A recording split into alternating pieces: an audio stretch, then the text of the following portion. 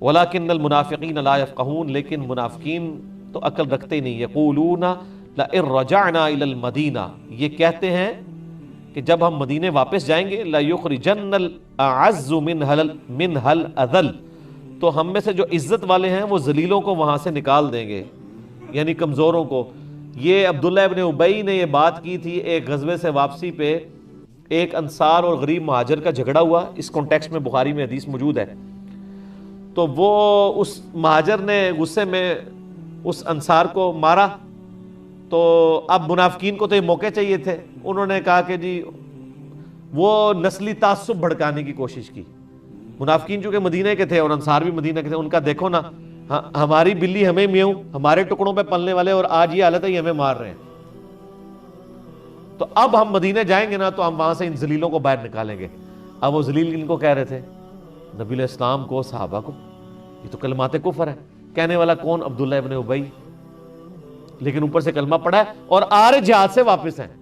جہاد کر کے آ رہے ہیں. یہ کلمات سیدنا زید ابن ارقم نے سن لیے. انہوں نے نبی علیہ السلام کو آ کے بتایا کہ یہ بکواس کی ہے عبداللہ ابن ابی نے، آج تو اس کی منافقت کھل کے سامنے آ گئی.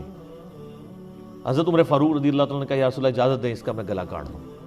آپ فرمایا چھوڑ دو ورنہ لوگ کہیں گے یہ اپنے اصحاب کو قتل کرواتا ہے. عبداللہ ابن ابی کو بھی نبی علیہ السلام نے صحابی کہا ہے قانوناً. تو زید ابن ارقم کو نبی علیہ السلام نے جب ان کی شکایت سنی، عبداللہ ابن ابی کو بلوا لیا.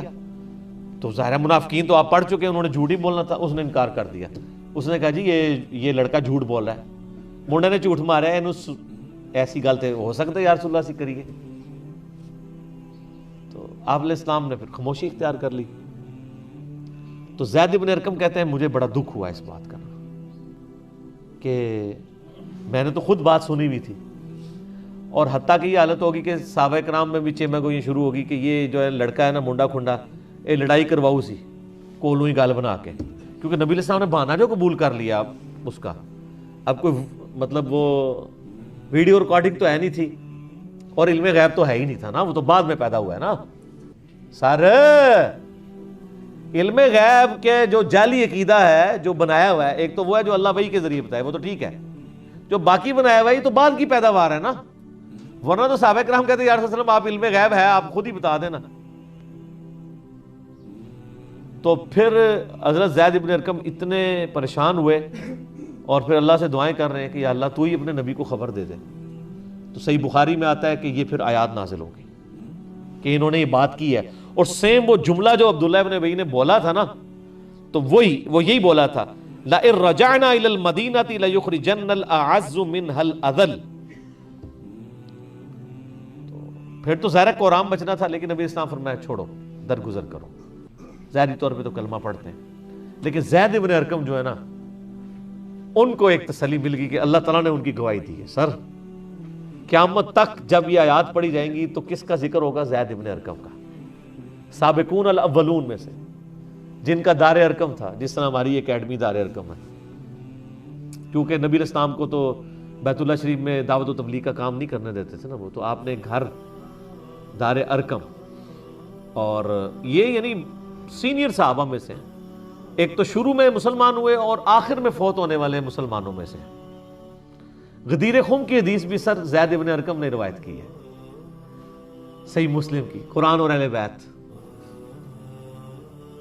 اور جو جامعہ ترمذی میں حدیث ہے کہ پہلا شخص جو اسلام لایا وہ علی ابن ابی طالب ہے، وہ اس حدیث کے راوی بھی زید ابن ارقم ہے. ٹھیک ہو گیا. اور پھر جنگ صفین کے موقع پہ جب مولا علی نے صحابہ کرام کو کھڑے کر کے غدیر خم کی حدیث سنائی اور پھر کہا کہ نبی علیہ السلام نے یہ بھی فرمایا تھا کہ من کنت مولاہ فہذا علی مولاہ. تو 24 صحابہ نے وہاں گواہی دی.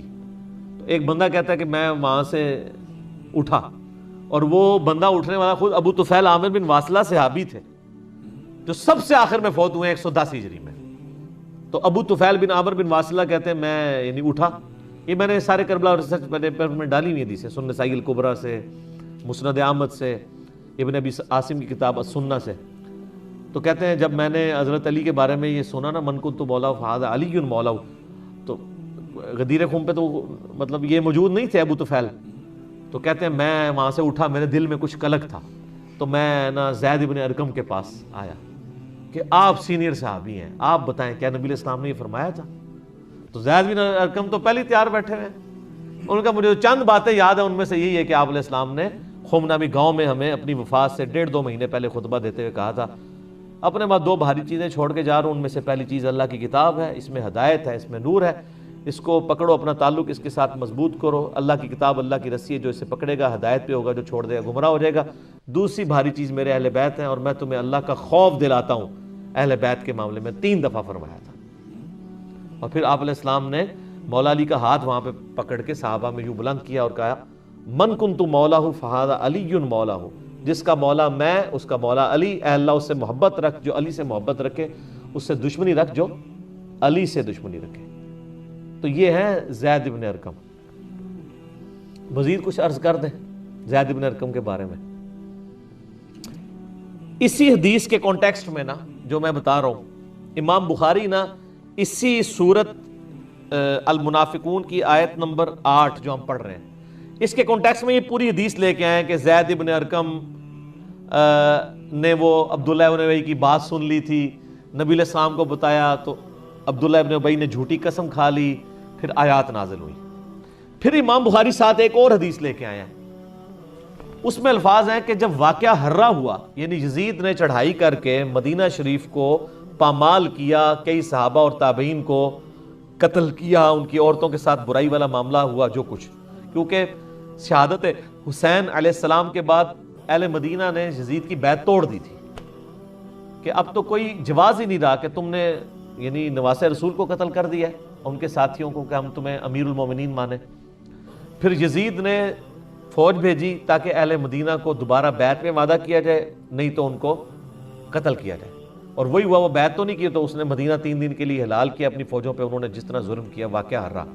تو بخاری میں وہ حدیث اسی موقع پہ ہے کہ واقعہ ہررا کے موقع پر انس ابن مالک کہتے ہیں کہ میں بڑا غمگین تھا. انس ابن مالک کون؟ 93 ہجری میں فوت ہوئے ہیں, نبی علیہ السلام کے بعد 82 سال زندہ رہے ہیں, اور 10 سال حضور کو وضو کروانے والے, حضور کے بچوں کی جگہ انس ابن مالک. تو انس ابن مالک کہتے ہیں میں بڑا غمگین تھا کہ اتنے مدینہ شریف میں قتل و غارت کروایا ہے یزید نے, تو میں بڑا غمگین تھا. تو مجھے زید ابن ارقم نے خط لکھا, ہائے ہائے ہائے, اور اس خط میں انہوں نے لکھا کہ انس ابن مالک آپ کو غمگین ہونے کی ضرورت نہیں ہے, کیا ہمیں حضور نے پہلے نہیں بتایا تھا کہ ہمارے انصار مدینہ کے ساتھ یہ ظلم ہوں گے؟ اور کیا نبی علیہ السلام نے یہ نہیں کہا تھا کہ اے اللہ انصار پر رحم فرما, ان کی اولاد پہ رحم فرما؟ ہمیں تو حضور کی دعاؤں کا حصہ ملا ہوا ہے. انہوں نے اگر ہمارے ساتھ ظلم بھی کیا ہے دنیاوی طور پہ, یعنی اسلام کو غلبہ دلانے والے تو انصار تھے, آج آل امیہ اگر قابض ہو گئی ہے اور انصار کو بیک فٹ پہ کر دیا ہے تو کیا ہوا, ہمیں رسول اللہ کی دعائیں ملیں گی. تو آپ کو انس ابن مالک یاد نہیں ہے کہ حضور نے ہمارے لیے دعائیں کی ہوئی ہیں؟ تو وہ جب خط انس ابن مالک نے پڑھا نا اور اپنے ساتھیوں کو پڑھ کے سنایا کہ دیکھو مجھے زید ابن ارقم نے خط لکھا ہے تسلی کا, تو پھر انس ابن مالک نے کہا کہ جانتے ہو یہ زید ابن ارقم کون ہے؟ ہائے ہائے ہائے ہائے, یہ وہی ہے جس کے بارے میں قرآن میں آیت نازل ہوئی تھی, یقولون لئن رجعنا الى المدینہ لیخرجن الاعز منها الاذل. جب عبداللہ ابن ابی نے جھوٹی قسم کھا لی تھی تو اس شخص کے اللہ تعالیٰ نے توثیق قرآن میں نازل کر دی, یہ اس شخص بندے کا میرے پاس خط آیا ہے. انس ابن مالک جیسا بندہ بھی کہہ رہا ہے کہ مجھے زید ابن ارقم کا خط آیا, حالانکہ انس ابن مالک خود کتنی بڑی شخصیت ہے.